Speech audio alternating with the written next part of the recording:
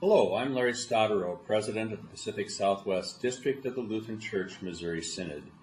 It's a joy for me to share with you the excitement of being a professional church worker in our church body today. I've had the privilege during my years of service of serving as pastor of two congregations within our district, one in Alhambra, California, and the second one in Chandler, Arizona. In the summer of 2000, I was called to be the president of the Pacific Southwest District, having the joy of working with the 300 churches and 200 schools that make up our district. To be a professional church worker means that you hear the call of God, that you respond to God's invitation to serve the Lord not only as a dedicated Christian, but as one who's committed to be a leader within congregations and schools within our church body.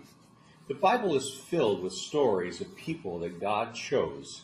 He called them from a variety of settings. He called them sometimes out of the comfort of their life, and he called them sometimes when they were very young. But God called them and equipped them for ministry, giving them responsibilities for service. In the very beginning, God called Adam and Eve. After placing them in the garden and giving them the beauty of a paradise, God said to them, "Now I call you, and it is your responsibility to dress, till, and keep the earth, to be good stewards of the resources that I have given to you." We hear the call of Abraham. God chose Abraham and took him out of the comfort of his environment, the comfort of his home, and asked him to take his family and to lead them into a new place that God was going to show them. God said, "I will make your descendants as numerous as the stars in the sky, the sand and the sea, and I am going to bless you that you might be a blessing to others." Later on, then, we find God calling Moses. And Moses, being called by God to be a leader, was very resistant at first. He said, "God, I don't know how to speak. God, I'm not a leader." And all of his excuses were answered by God saying, "I'm sending you to lead my people out of Egypt into the promised land." Now with Moses, we find an example of how God then trains new leaders with those leaders who are serving him. For in the story of Moses and the Exodus, along comes Joshua. And Joshua becomes one trained by Moses. And Joshua then becomes the one who succeeds Moses in leading the children into the promised land. Well, in the New Testament, we find other examples of how God chose leaders, equipped them, and prepared them, oftentimes with on-the-job training. When Jesus chooses his disciples, he chooses them, and as we're told, he spends 3 years training them, equipping them, giving them life experiences so that they might be faithful servants of the Lord.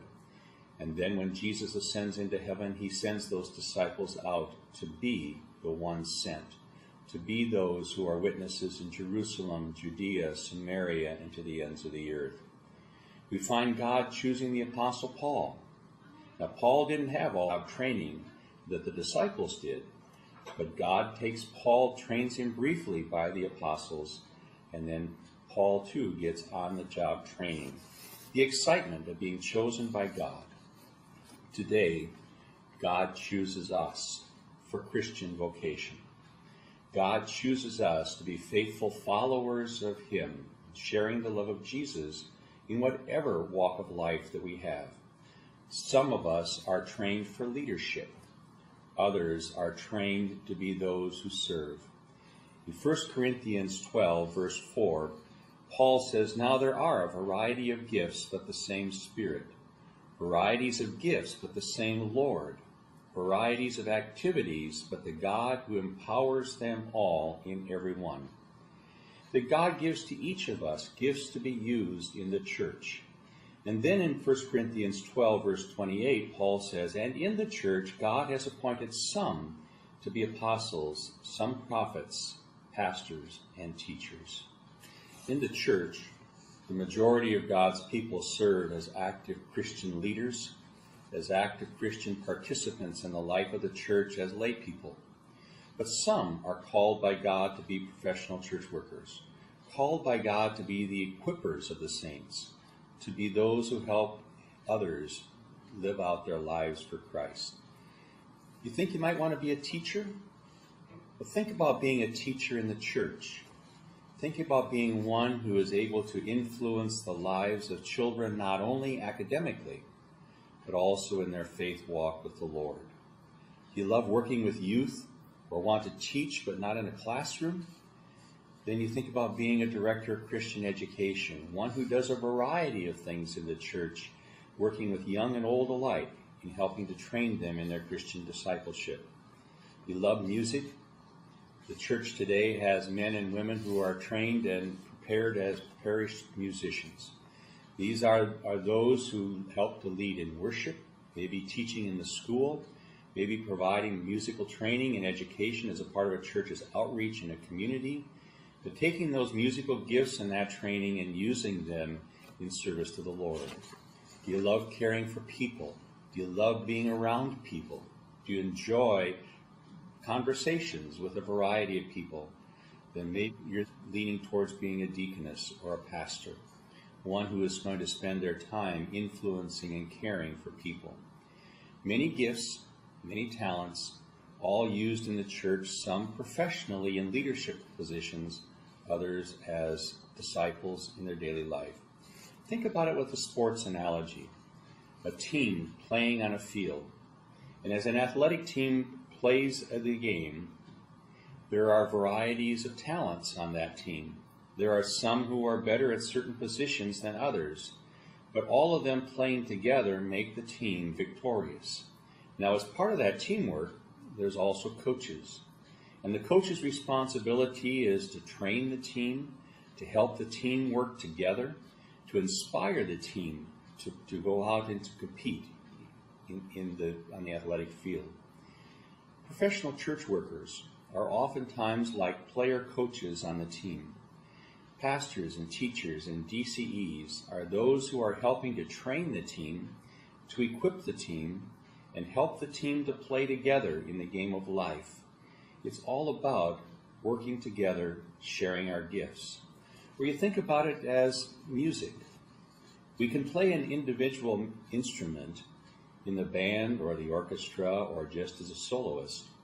But when we put instruments together in a band or an orchestra, again, there are those who do the teaching and the training, and then there is somebody who conducts the band or the orchestra so that they come together to make beautiful music. So too, professional church workers are the trainers, the teachers, they are the coaches, they are the directors, they are the ones who help the church work together to make beautiful music. Pastors preach and teach, and that's what they do oftentimes visibly, but that's not their primary job.